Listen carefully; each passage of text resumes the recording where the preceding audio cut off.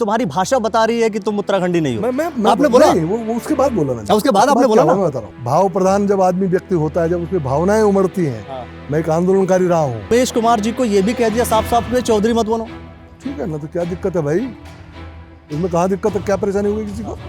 क्या हर जगह आप ही बोलेंगे क्या उत्तराखंड का विषय हमने लेंगे क्या? अच्छा, आपका स्टैंड क्या है? आप गैरसैंण को राजधानी बनाएंगे नहीं बनाएंगे, आप ये बताइए। अभी भाजपा के एजेंडे का ये सब्जेक्ट नहीं है।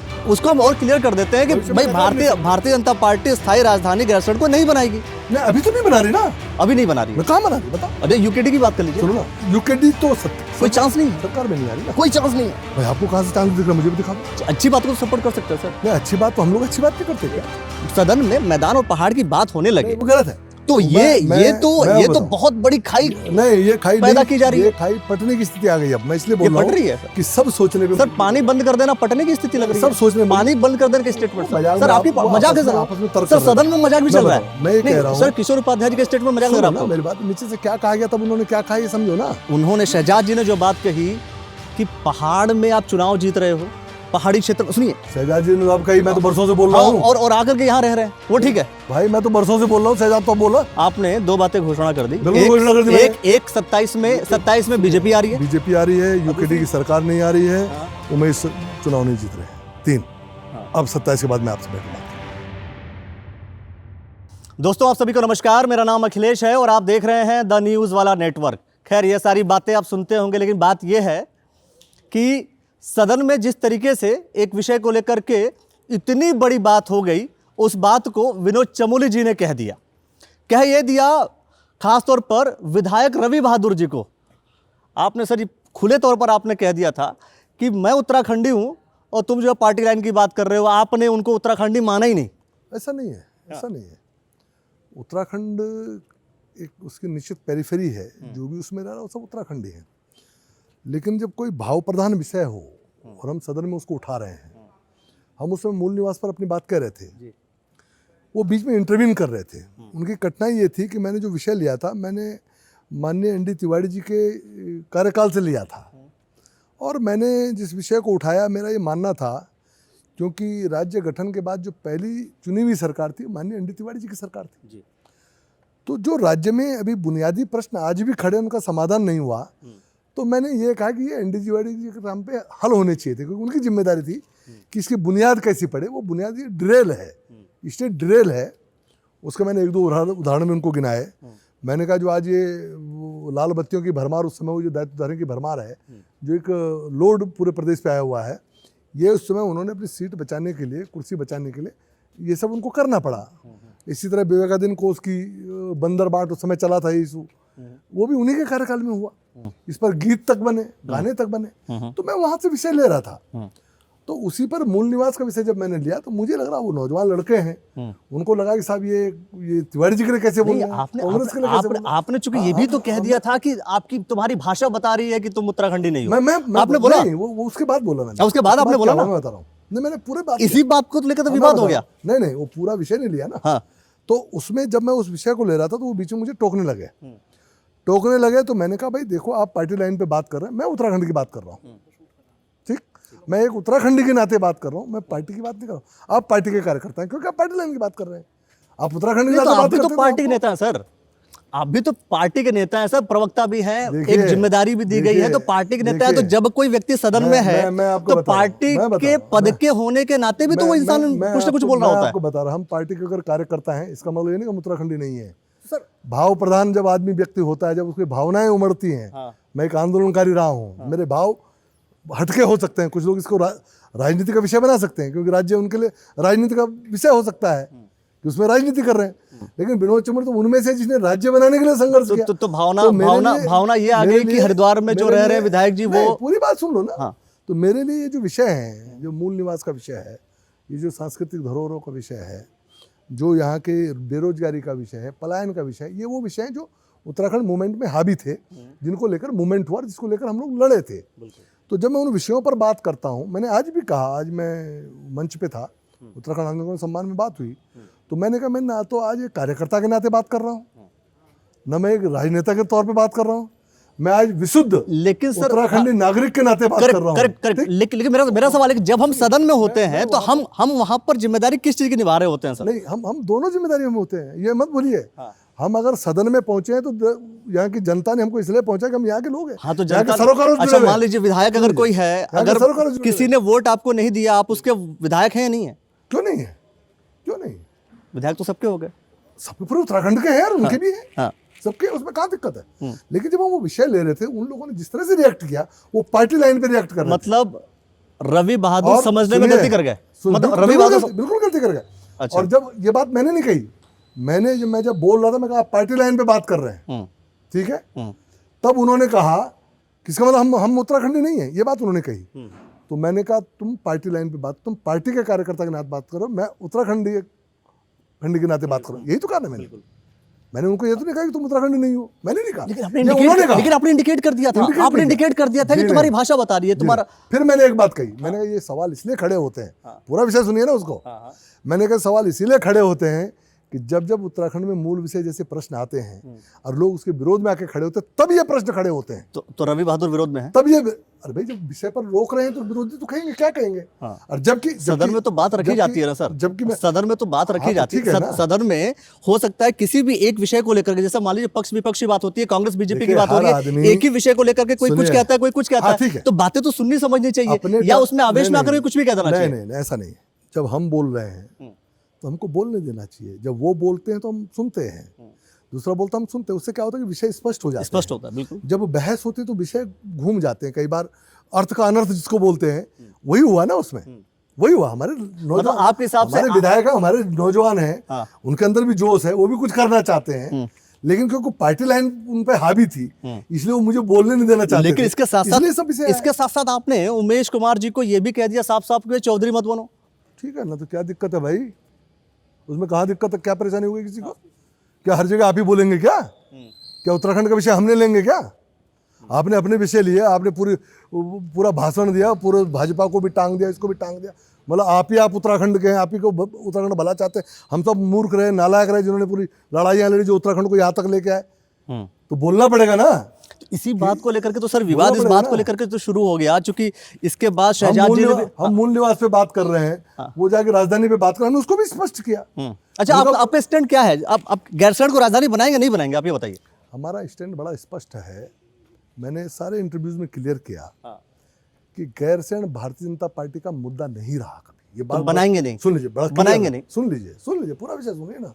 आप जबरदस्ती क्यों बात को कहना चाहते हैं? क्लियर करना चाहता हूं सर, कुछ बातें तो क्लियर होती हैं। आपके सवाल मुझसे हो रहे हैं ना, बिल्कुल। जवाब तो मुझे देने, सारे जवाब तुम दे दो। नहीं, आप ही देंगे सर। फिर जाके दो ना, अपने आप ही बोलो और अपने आप ही जवाब। नहीं तो सर आपसे जब मुझसे पूछ रहे हो तो मेरे जवाब जाने दो। हाँ तो क्लियर सर, मैं बता रहा हूँ ना।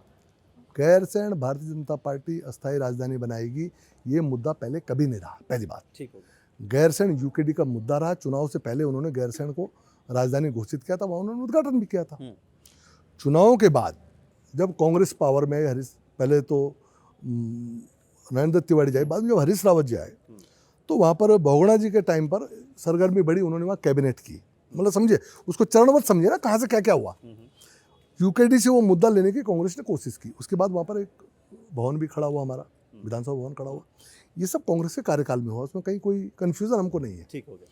बाद में जब हमने देखा कि ये विषय पब्लिक डोमेन में जा रहा है और एक परसेप्शन बना, लोग चाहते हैं यहाँ पर कुछ होना चाहिए, राजधानी होनी चाहिए, लोगों ने कहा राजधानी होनी चाहिए, तो भारतीय जनता पार्टी ने अपने एजेंडे में, जो उस समय हमारा घोषणा पत्र बना, हम लोगों का क्या है कि पहले हम लोग बैठ के तय करते हैं क्या करना है। तो घोषणा पत्र में उसको ग्रीष्मकालीन राजधानी हम बनाएंगे, ऐसा हमने तय कर दिया। ये हमारी सरकार ने तय किया, हमारी पार्टी ने तय किया।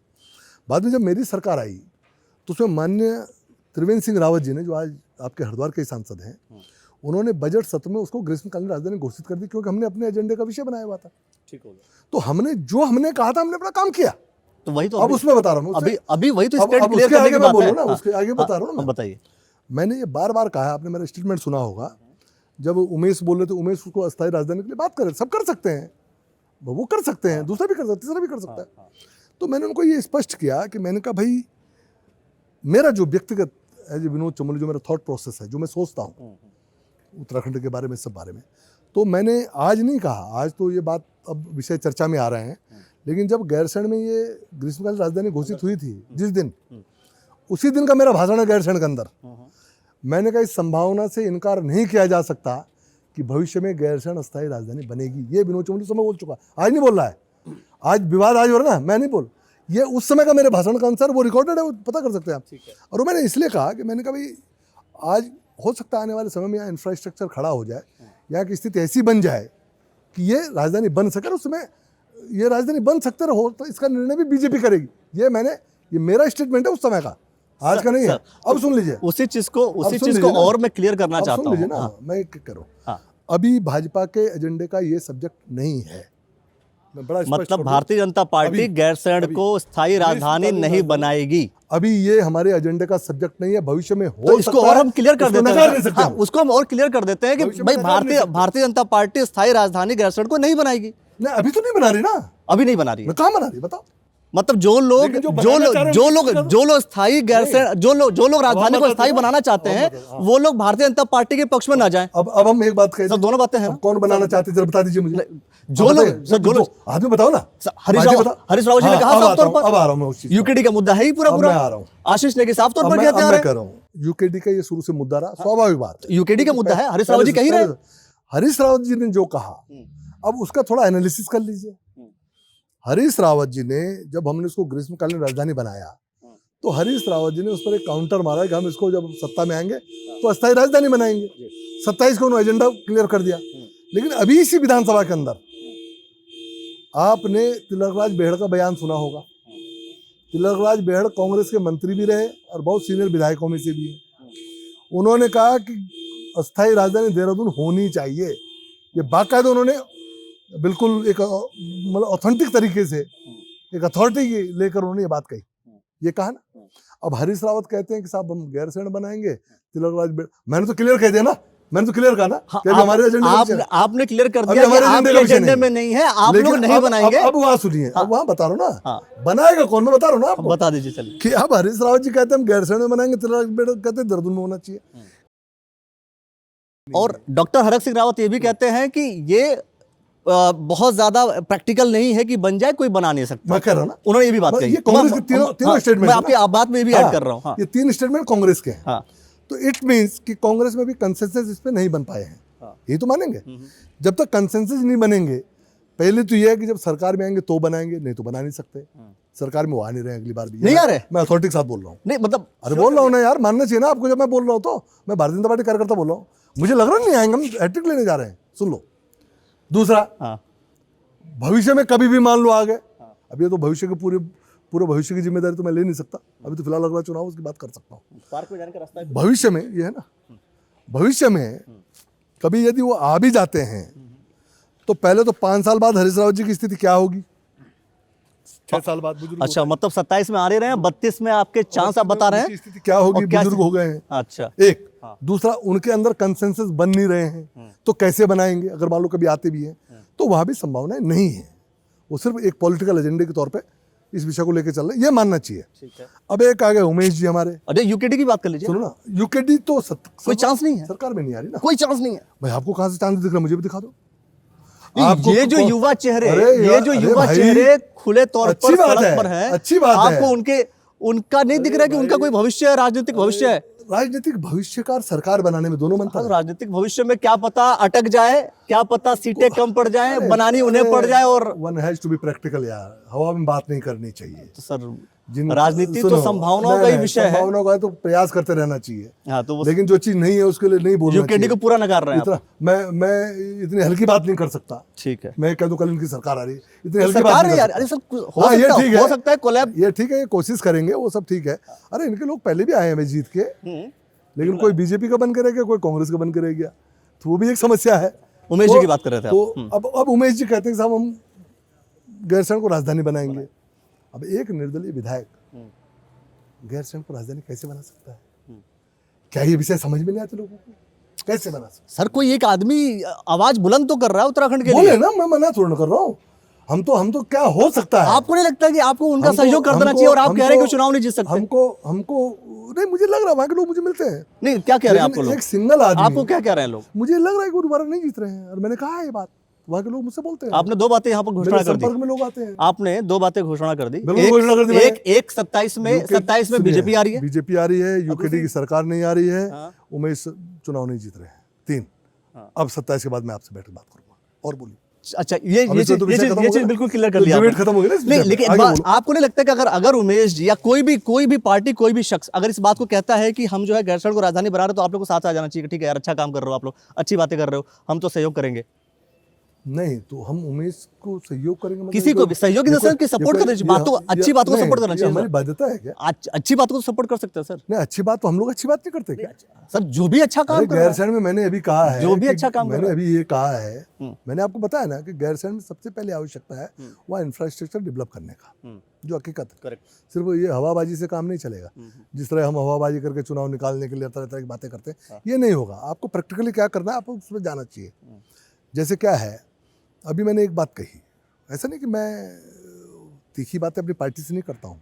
पार्टी में मैंने विधानसभा से में कहा कि गैरसैंण को हमने ग्रीष्मकालीन राजधानी बना दिया, तो क्या एक एडिशनल चीफ सेक्रेटरी स्तर का आदमी वहाँ तैनात नहीं होना चाहिए क्या? बिल्कुल होना चाहिए। जो वहाँ पर मिनी सचिवालय और वो सब सारे इंफ्रास्ट्रक्चर सारे सिस्टम्स को डेवलप ताकि करें। वहाँ से ग्रीष्मकालीन राजधानी संचालित होना शुरू करें। बिल्कुल। हम सिर्फ सत्र करने वहाँ जा रहे हैं, ये बड़ा विषय है ना। और जिस दिन हमको लगेगा इंफ्रास्ट्रक्चर खड़ा हो गया और वहाँ से ठीक प्रकार से हम चल पा रहे हैं, तो उस दिन अस्थायी राजधानी के बारे में विचार किया जा सकता है। लेकिन तक किया तब जाएगा ना जब कुछ खड़ा तो हो। सिर्फ यह देहरादून में भाषण देके सदन की मैं मैं सदन की बात करता हूँ। जिस हिसाब का, जिस तरीके का एक माहौल खड़ा हुआ, मैदान और पहाड़ की लड़ाई शुरू हो गई, हर किसी के अपने अपने वक्तव्य, ये वो लोग कर रहे हैं जो चुने हुए जनप्रतिनिधि हैं। आपको लगता है कि ये उत्तराखंड के लिए बेहतर है, अच्छे संकेत है, शुभ संकेत अच्छा नहीं है? और मैं आपको बता दूं, ये तो 25 साल पे हमने ये विशेष सत्र किया था, और विशेष सत्र में मुद्दा सिर्फ और सिर्फ विशेष सत्र वही मुझे लग रहा पहली सही दिशा को जा रहा है। इसलिए जा रहा है कि पहली बार जो हरिद्वार के लोगों ने मूल निवास की बात की है, पहली बार उधम सिंह नगर भी मूल निवास पर विचार कर रहा है। मतलब शहजाद जी जो बोल अच्छी रहे बात कही उन्होंने, अच्छा उनकी बात को स्वीकार कर रहे हैं, वो बात मैं स्वीकार। लेकिन आपकी पार्टी के विधायक फिर किशोर उपाध्याय जी क्या नहीं, वो एक अलग इशू था, वो मूल निवास का विषय नहीं था। निवास का विषय नहीं, पर फिर भी मैं कह रहा हूँ सर, ये जो है मैं उस पर भी आऊंगा, ये माहौल, हाँ मैं उस पर भी आऊंगा। लेकिन पहली बार मुझे ऐसा लग रहा है कि जो पहाड़ मैदान की जो खाई रहती थी और जो मूल निवास जैसे विषय पर, भू कानून जैसे विषय पर हम लोग बट जाते थे, अब पहली बार हम एक साथ आने की स्थिति में आए हैं। ये जो पहाड़ मैदान की खाई थी, ये पटने जा रही है। कारण बता रहा हूँ मैं आपको। मैं देहरादून से विधायक हूँ। देहरादून में अपने आप में मोरलेस मैदानी क्षेत्र है, कॉस्मोपॉलिटन सिटी है ये। मैं यहाँ का मेयर भी रहा हूँ, 2 बार का विधायक भी हूँ, चेयरमैन भी रहा हूँ। सब मेरे 40 साल की राजनीति जुड़ी। आगे और भी अपॉर्चुनिटी थी, आगे और भी अपॉर्चुनिटी। अगर देहरादून का विधायक बोल रहा है कि मूल निवास होना चाहिए मैदानों में, तो इसका अर्थ होता है मैं सिर्फ पहाड़ की लड़ाई नहीं लड़ रहा हूँ, मैं पूरे उत्तराखंड की लड़ाई लड़ रहा हूँ। और मेरी बात को अगर शहजाद जी की समझ में आ रही है, भाई कल अगर हरिद्वार के लोगों का मूल निवास बनेगा तो विनोद चमोली का तो हरिद्वार में नहीं बनेगा, विनोद चमोली तो पौड़ी में ही बनेगा। तो हरिद्वार के जो मूल निवासी हैं, पुराने लोग हैं, ये उनका बनेगा, लाभ उनको मिलेगा। इसी तरह जो उधम सिंह नगर वालों को उसका लाभ मिलेगा, देहरादून वालों को उसका लाभ मिलेगा। मैं आपको बता दूं, मैंने मूल निवास की बात उठाई तो मेरी अपनी पार्टी, जब मेरे एक कार्यक्रम था तो यहीं मेरे अपने क्षेत्र में चौहान लोग हैं, चौहानों का बहुत बड़ा इलाका है, वो लोग सब आए और मेरा स्वागत किया उन्होंने। कहें साहब किसी ने तो हमारी बात की, वो तो पहाड़ी नहीं है, भाई पहाड़ी मूल के नहीं है, वो तो देहरादून मूल के हैं, उत्तराखंड मूल के हैं। तो उनको लगा कि अगर मूल निवासी हमारे मूल निवास बनता है, कोई उनके हित की बात कर रहा है, लाभ मिलेगा। यहाँ के जो वालियाज हैं, वालियाज को गढ़वाली तो नहीं बोल सकते आप, बिल्कुल, लेकिन वालियाज हैं वो खुश हैं, वो कह रहे मूल निवास हो हमारे बच्चों को फायदा मिलेगा। यहाँ के जो पुराने बासिंदे हैं उनकी आइडेंटिटी आज क्या है कि आज घालमेल हो गया ना। ये तो ठीक है, मैं कह रहा हूँ पूरे उत्तराखंड में देखिए, हरिद्वार का क्षेत्र, उधम सिंह नगर का क्षेत्र, हर एक क्षेत्र को अगर हम उत्तराखंड के पर्सपेक्टिव से देख रहे हैं तब तो ठीक है। लेकिन उसमें अगर सदन में मैदान और पहाड़ की बात होने लगे, वो गलत है। तो ये तो बहुत बड़ी खाई नहीं, ये खाई पैदा की जा रही है, ये खाई पटने की स्थिति आ गई। अब मैं इसलिए बोल रहा हूँ कि सब सोचने पे, सर पानी बंद कर देना पटने की स्थिति लग रही है, सब सोचने, पानी बंद कर देने के स्टेटमेंट। सर आपकी मजाक है सर, सदन में मजाक भी चल रहा है। मैं कह रहा हूँ सर, किशोर उपाध्याय जी के स्टेटमेंट मजाक लग रहा है आपको? मेरी बात नीचे से क्या कहा गया तब उन्होंने क्या कहा ये समझो ना। अभी क्या हुआ, अभी जब मैं मूल विषय पर जा रहा हूँ, देखो आप छोटे विषयों पर मत अटके। सर मैं उत्तराखंड को ठीक करने की कोशिश कर रहा हूँ। आपकी भी जिम्मेदारी है। सर मैं भी चाह रहा हूँ ठीक हो, आपकी भी जिम्मेदारी है। मैं चाह रहा हूँ सुनो, सर हर कोई एक पार्टी एक सिस्टम पे चले सर। हर उत्तराखंडी की जिम्मेदारी है, चाहे वो राजनीतिक क्षेत्र में हो, चाहे मीडिया के क्षेत्र में हो, चाहे वो सेवा के क्षेत्र में हो। हाँ। जो भी यहाँ का नागरिक है उसकी ये नैतिक जिम्मेदारी है कि उत्तराखंड का वातावरण ठीक रहे, उत्तराखंड के सभी मानवीय जितने लोग हैं सबकी शक्ति एक दिशा में लगे ताकि उत्तराखंड मजबूत हो। मूल निवास जैसे विषयों पर चर्चा होनी चाहिए। भू कानून, मूल निवास जैसे विषयों पर उत्तराखंड के सभी नागरिकों का हित निहित हो, लेकिन सर हितों की रक्षा मैं की कह जाए। रहा हूँ सर कि अगर अब उसमें पहले ये विषय समाप्त हो जाए मेरा, खत्म कीजिए सर। तो उसमें जैसे शहजाद जी ने भी कहा, तो मेरा तो ये मानना है कि जो हरिद्वार के मेरे सारे विधायक हैं, ठीक है, उनको विनोद चमोली से आपत्ति है, कोई दिक्कत नहीं, विनोद चमोली एक व्यक्ति है सर, नहीं सर, लेकिन ओवरऑल उनको भी वहाँ के हितों के लिए, जैसे पहाड़ के लोग लड़ रहे हैं, उनको भी आगे आना चाहिए। और ये मूल निवास जो विषय है, मूल निवास जो विषय, इस विषय में मुखर होना चाहिए, क्योंकि पूरे उत्तराखंड का विषय है, ये सिर्फ पहाड़ का विषय नहीं है। मैं आज देहरादून में मूल निवास की बात कर रहा हूँ, मेरा मूल निवास तो पौड़ी से बनेगा, देहरादून थोड़ा बन सकता है, बहुत सिंपल सी बात। लेकिन बात तो यहाँ कर रहा हूँ ना, जो हरिद्वार में जब मूल निवास की बात होगी तो जो वहाँ पुराने लोग हैं उनको उसका लाभ मिलेगा, ठीक है ना। और ये तो नहीं हो रहा है कि मूल निवास हम तय कर देंगे तो जो आप जो लोगों का अस्थायी निवास है वो नहीं रहेगा। मूल निवास सबके लिए बनना चाहिए। आपने बोला उत्तराखंड वो जो है मैदानी है, वो बिल्कुल होना चाहिए, बिल्कुल। लेकिन मैं कह रहा हूँ कि सर जो पार्टी अखंड भारत की बात करती है, मैं बिल्कुल पार्टी लाइन पे आ रहा हूँ सर, उपरोक्त वाला पॉइंट समझिएगा। मैं कह रहा हूँ कि जो पार्टी अखंड भारत की बात करती हो, किसी ने कब्जा कर लिया और आप लोग कहते हैं कि हम उसको भी अपना अंग मानते हैं और हम उसको भी लेकर के आएंगे अपने हिस्से में, और वहाँ पर एक प्रदेश में चर्चा इस बात की हो रही हो कि तुम जो है यहाँ रख देता हूँ, कोई बात नहीं, है ना, कि तुम जो है भाई मैदान के लिए कुछ और नियम और पहाड़ के लिए कुछ और नियम। अगर भू कानून बनाया गया तो उसमें आपको लगता है अलग अलग बनाने की जरूरत थी? मैंने विरोध किया है, सुन लीजिए, उसी विधानसभा में मेरा वो वक्तव्य भी देख लीजिए। जब मैंने कहा है कि इन दो में भू कानून क्यों नहीं लागू हुआ, वहाँ की ज़मीनें क्यों नहीं बचाई जानी चाहिए, वहाँ की ज़मीनें क्यों खुर्द-बुर्द होनी चाहिए। और जब हम डेमोग्राफी चेंज की बात करते हैं तो सबसे अधिक डेमोग्राफी अगर बिगड़ी है तो हरिद्वार की बिगड़ी है, ऊधम सिंह नगर बिगड़ी है, देहरादून की बिगड़ी है, जो सबसे बड़े इलाके हैं, और या फिर नैनीताल के तराई क्षेत्र की बिगड़ी है। तो अगर हमको डेमोग्राफी ठीक करनी है तो सबसे पहले यहाँ के विषय हमको ठीक करने पड़ेंगे। तो मैंने ये कहा है कि आप हरिद्वार में ऊधम सिंह नगर में, हो सकता है आपने औद्योगिकरण करने के चक्कर में उसको, मतलब जैसा लोग बोलते हैं कि साहब उसमें भू कानून का व्यवस्था नहीं की, मैंने ये कहा कि अगर आपको वहाँ औद्योगिकरण करना है तो उसको आप लैंड उसकी नोटिफाई कर लीजिए, उसके लिए औद्योगिक क्षेत्र नोटिफाई कर लीजिए, और बाकी पर आप भू कानून लागू करिए, वहाँ के लोगों को बचाइए, वहाँ खेती बचाइए। ये विनोद चमोली ने बोला था। ठीक है, आपने ये बात आपने ठीक कर दी, ये बात आपने ठीक कर दी। लेकिन आपकी पार्टी के लोग और आपकी सरकार में सदन में बैठ करके अगर इस पे चर्चा होने लगे, पानी बंद कर देना वाली बात, छोटी बात का बड़ी बात की आप जो भी कहें, लेकिन जो भी कह रहे हैं, मेरी बात समझिए। और विधायकों का, एक विधायक का धड़ा, कुछ विधायक मिलकर के कुछ और कहें और कुछ विधायक कुछ और कहें। पार्टी आपकी है सर, पार्टी आपकी है, पार्टी के विधायक भी आपके। अब आप एक बात बताओ, मेरी पार्टी की जब आप बात कर रहे हैं, जब उत्तराखंड राज्य बना, उत्तराखंड राज्य के निर्माण के समय हरिद्वार और ऊधम सिंह नगर को जोड़ने के लिए जिन्होंने एड़ी चोटी का जोर लगाया वो भारतीय जनता पार्टी थी, ठीक है नहीं? बताइए। हमने कहा कि हरिद्वार के बगैर उत्तराखंड की कल्पना नहीं हो सकती। कारण है उसका, हरिद्वार हरि का द्वार है और मेरा हरि बैठा है बद्रीनाथ में। आप हरिद्वार नहीं लेंगे तो बद्रीनाथ क्या उचित रहेगा? अलग नहीं हो सकता। और इसके कारण हम लोगों ने पूरी ताकत के साथ, वो तो खैर कई बार चर्चा हो रही थी कि हम हर की पैड़ी से लेंगे कि कहां से लेंगे, वो एक अलग, नहीं ऐसा नहीं, वो एक अलग सिचुएशन, अलग स्टोरी है। पूरी ताकत लगी हमारी। बहुत से राज्य आंदोलनकारियों से मैं मिलता हूँ, बात करता हूँ, सबके अलग अलग पर्सपेक्टिव है, अलग हो सकता है। मैं एज ए कार्यकर्ता, आपने मुझसे बीजेपी की बात करते पूछा, तो हमने एज ए पार्टी हम इस विषय को समझते हैं और इसलिए हमने हरिद्वार और ऊधम सिंह नगर को जोड़ने के लिए एड़ी चोटी का जोर लगाया। जबकि हम आपको मालूम था कि हरिद्वार बचाओ की समिति बन गई थी, ऊधम सिंह नगर बचाओ की समिति बनी, उन लोगों को भी कन्विंस किया, उनको भी साथ लिया और हरिद्वार और ऊधम सिंह नगर को हमने उत्तराखंड का हिस्सा बनाया, ठीक है ना। बिल्कुल, हमारी इच्छा थी, वो हमारे अपने लोग, हम क्यों उनसे अलग जाएंगे? हम पूरे देश को एक करने की बात, हम तो पूरे विश्व को एक करने की बात। मैं वही तो कह रहा हूँ सर कि आपकी पार्टी कहती है वसुधैव कुटुंबकम, आपकी पार्टी कहती है अखंड भारत की बात, और यहाँ एक ही प्रदेश में पता चल रहा है कि कोई विधायक आपकी पार्टी का ये कह रहा हो कि पानी बंद कर देंगे, कोई कह रहा हो कि हम ये कर लेंगे, वो कर लेंगे, ये सब चल रहा है। ये हुआ कि जब शहजाद जी ने कहा कि आप लोग वहां से यहाँ आ गए, तो उन्होंने परिसीमन पे बात हो रही थी सर। उपाध्याय जी ने ये कहा, परिसीमन पे बात हो रही थी। उपाध्याय जी ने वो ये उसके कहा पीछे भी एक कि रीजन। उन्होंने कहा कि साहब वहाँ क्योंकि डैम बन गया और हम लोगों को विस्थापित होना पड़ा, ठीक है ना। बिल्कुल। अब विस्थापित होना पड़ा तो हमको यहाँ आना पड़ा, तो ठीक है आप डैम खत्म कर अच्छा दीजिए। उन्होंने शहजाद जी ने जो बात कही कि पहाड़ में आप चुनाव जीत रहे हो, पहाड़ी क्षेत्र, सुनिए शहजाद जी ने तो आप कही, मैं तो बरसों से बोल रहा हूँ और आकर के यहाँ रह रहे हैं, वो ठीक है भाई, मैं तो बरसों से बोल रहा हूँ, शहजाद तो बोला। तो आपकी पार्टी गाइडलाइन ये नहीं हो सकती कभी कि हमारा विधायक कोई भी जीतेगा साहब वो मैदानी क्षेत्र में नहीं जाएगा, वो रहेगा वहीं पे, नहीं ऐसा वहां रह करके वहां की दुख तकलीफों को समझेगा।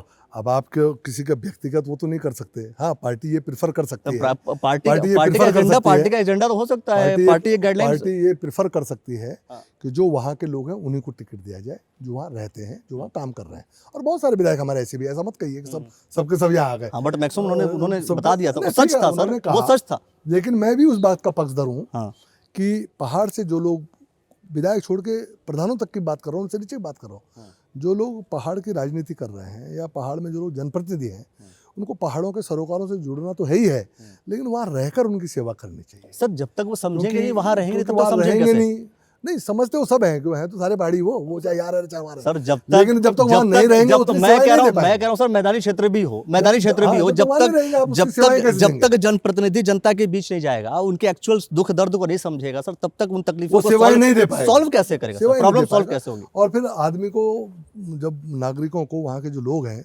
उनको भी कभी भी जरूरत पड़ सकती है, जरूरत पड़ती है जनप्रतिनिधियों को, अगर उसकी अवेलेबिलिटी नहीं होगी तो निश्चित तौर पर आम आदमी को परेशानी होगी। तो ये मेरा शुरू से मानना है, ये आज से नहीं मानना है। आप तो आज की बात करें, मेरे पुराने इंटरव्यूज उठा देंगे 4 साल पहले के, 5 साल पहले के, मैंने तब भी यही कहा है कि पहाड़ के नेता ही प्लान कर गए, ये पहाड़ को बचाएं कैसे। मेरी चिंता पहाड़ को बचाने की है। सर अब एक आपको जैसे प्रवक्ता आप बने, आपको खुशी मिली कि नहीं मिली? मैं ठीक हूँ। जैसे इच्छा रही होगी कि मैं मंत्री बन जाऊं तो ज्यादा अच्छा। देखो अभी तो फिलहाल दिमाग में ये है कि क्या कुछ उत्तराखंड के लिए किया जा सकता है। सर अब ये है कि जो पार्टी जिस साल में सर बहुत समय से आप काम कर रहे हैं, लगातार जीतते जा रहे हैं, तो इसके बाद तो होता है सर कि मेयर रह लिए, विधायक रह लिया, अब तो बस एक चीज बची हुई है। आप मेरे बारे में सोच रहे हैं, बहुत बहुत धन्यवाद आप। नहीं तो बाकी मैं अपना काम कर रहा हूँ। नहीं तो सर वो आप बताइए सर, मैं सोच रहा था शायद आपको लगेगा कि नहीं ये तो गलत कर दिया पार्टी ने हमारे साथ। नहीं, पार्टी हमें तो सरकार में होना चाहिए था। क्या होता, हम कार्यकर्ता लोग हैं, पार्टी हमको जहाँ उपयुक्त समझेगी, हमारा जो उपयोग करना चाहेगी, हमको उस माइंड सेट में रहना पड़ता है कि हमको वहाँ सेवाएं देनी है। और ये अंतिम निर्णय नहीं होता पार्टी में, ये अंतिम निर्णय नहीं है, ये मैंने पहले भी कहा है। पार्टी समय समय पर निर्णय लेती है, ओवरनाइट भी निर्णय लेती है।